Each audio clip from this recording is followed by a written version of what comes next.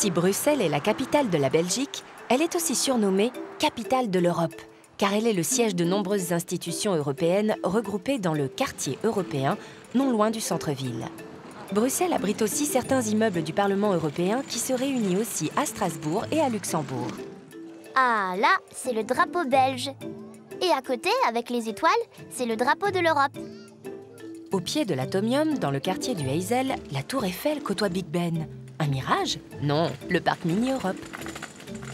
C'est incroyable, il y a tous les monuments d'Europe. Il y a même un château fort. Oh, une armure de chevalier. Maintenant, je suis le roi Arthur.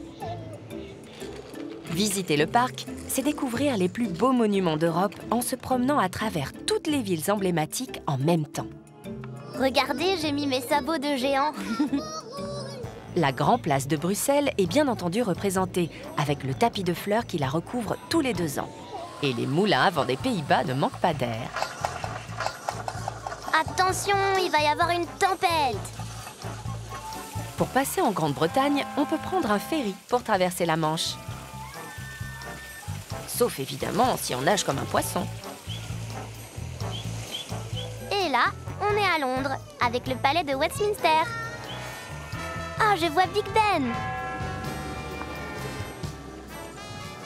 Nous voici sur les quais de Porto, dans le nord du Portugal. Puis en Espagne.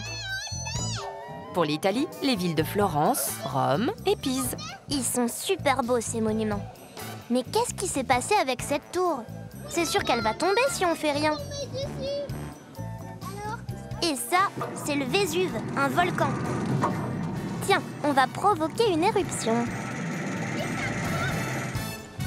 La ville de Venise, avec ses célèbres gondoles, n'a pas été oubliée. Ah, ça, c'est Prague. Je reconnais la tour avec l'horloge et les personnages qui défilent.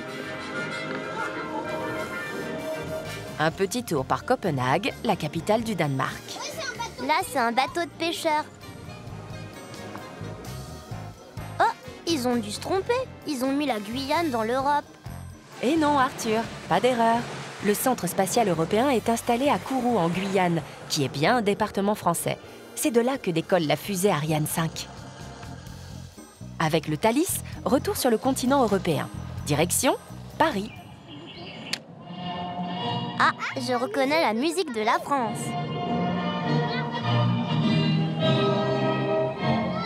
Et voilà la tour Eiffel.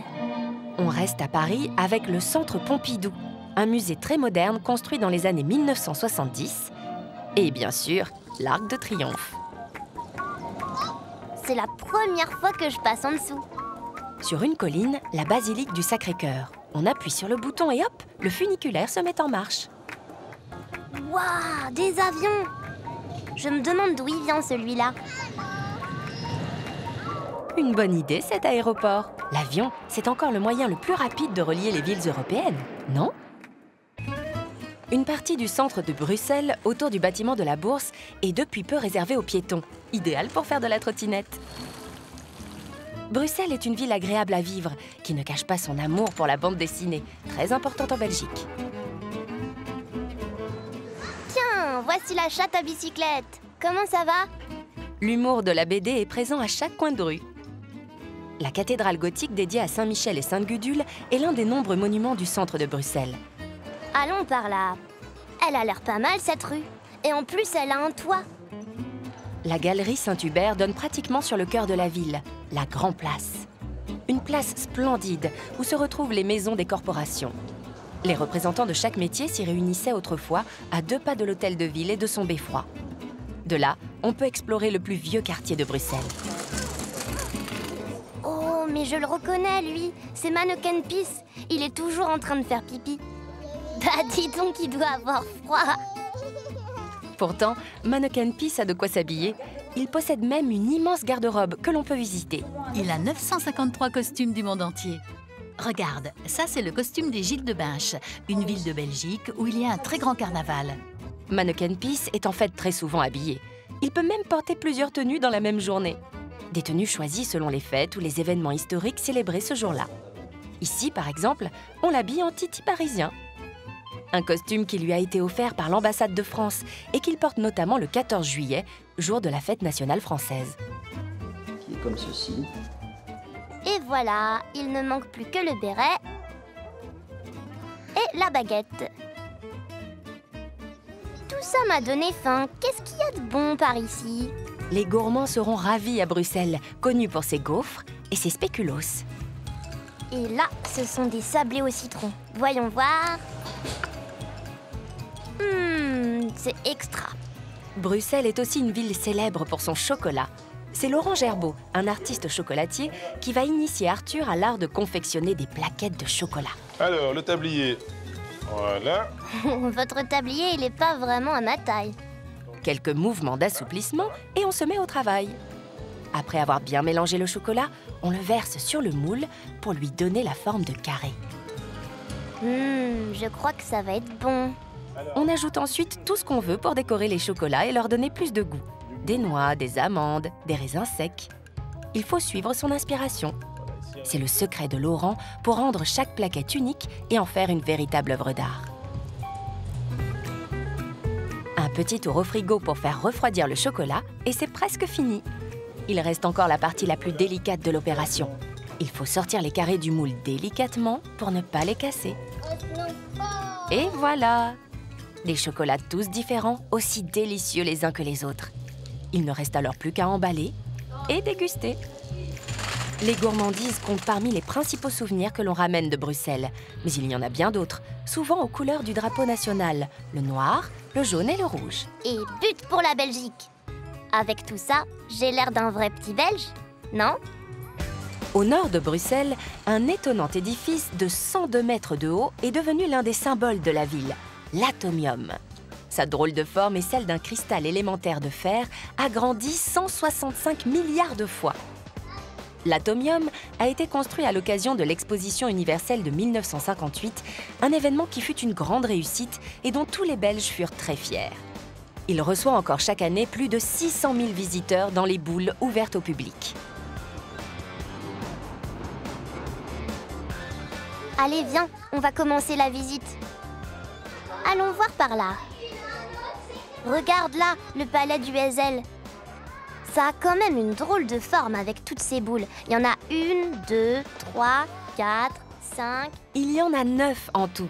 Chaque boule propose des activités différentes, une exposition, un spectacle son et lumière. Mais ce sont toujours des événements liés à la science et aux nouvelles technologies. Il y a même une boule spécialement réservée aux enfants pour leur permettre de passer une nuit complète dans l'atomium. Moi, la prochaine fois que je viens à Bruxelles, je veux absolument dormir ici. Ce serait cool. Une fois sorti de l'atomium, on se retrouve dans le quartier du Heysel, où se trouve le palais des expositions, mais aussi d'autres bâtiments exceptionnels, comme le pavillon chinois, qui a plus de 100 ans. Oh, ça ressemble à une pagode. Le bâtiment est décoré comme les vieux monuments chinois. Et à 2 pas, c'est un autre bâtiment asiatique aussi ancien, la tour japonaise. Le 21 juillet est le jour de la fête nationale belge. Ce jour-là, même les héros de bande dessinée paradent. Venez par ici, on va tester un hélicoptère. Regardez, on va décoller. Après le passage des forces aériennes, c'est le moment de goûter aux meilleures spécialités nationales. Merci. Ça, c'est une gaufre liégeoise.